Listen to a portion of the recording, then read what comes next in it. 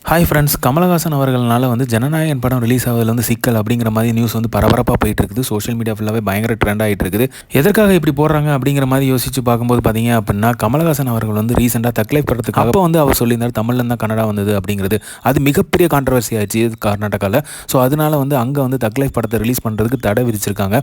So அதனால் release ஆகாத doubt அப்படிங்கிற மாதிரி சொல்கிறாங்க. கர்நாடகாவில் ரிலீஸ் ஆகணும் அப்படின்னா கமல் அவர்கள் மன்னிப்பு கோரணும் அப்படிங்கிற மாதிரி சொல்லியிருந்தாங்க. ஸோ கமல் அவர்கள் ஏன் கோரணும் அப்படிங்கிற மாதிரி சொல்லியிருக்காரு. அதே மாதிரி அதுக்கு அவர் விளக்கமும் கொடுத்துருக்காரு.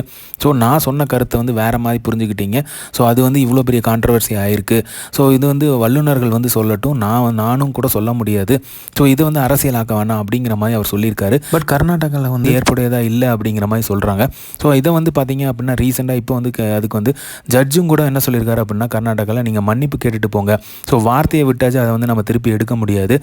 ஸோ இதை மன்னிப்பு கேட்கலாம், நீங்கள் கேட்டுட்டு போனால் இந்த விஷயமே முடிஞ்சு போச்சு அப்படிங்கிற மாதிரி சொல்லியிருக்காரு. ஸோ இப்படி இது தக் லைஃபை சுற்றி இவ்வளோ பெரிய விஷயம் போயிட்டு இருக்குது. என்னடா பார்த்தா ஜனநாயகன் படத்துக்கு ஏன்டா சிக்கல் அப்படிங்கிற மாதிரி பார்க்கும்போது பார்த்தீங்க அப்படின்னா, ஜனநாயகன் படத்தை ப்ரொடியூஸ் பண்ணுறவர் கேவிஎன் ப்ரொடக்ஷன் பெங்களூர் கர்நாடகாவை சேர்ந்தவர்.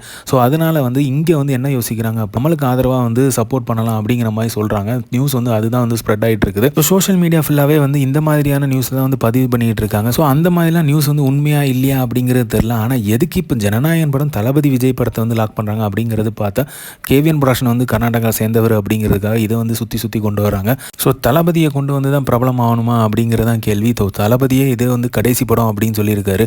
இதை சுற்றி எதுக்கு சிக்கலை கொண்டு வராங்க அப்படிங்கிறது கடுப்பாக தான் இருக்குது. அதே மாதிரி உலகநாயகன் அவர்கள் என்ன விஷயத்துக்காக இந்த டாபிக் அங்கே போய் பேசினாரு அப்படிங்கிறதும் தெரியல. ஜனநாயகன் படத்துக்கு எந்த ஒரு சிக்கலுமே வராது அப்படிங்கிற ஒரு நம்பிக்கையோட இந்த மாதிரி தளபதி அப்டேட் தெரிஞ்சுக்க லைக் பண்ணுங்கள், ஷேர் பண்ணுங்கள், ஃபிலிமா சேனலை சப்ஸ்கிரைப் பண்ணுங்கள். தேங்க்யூ.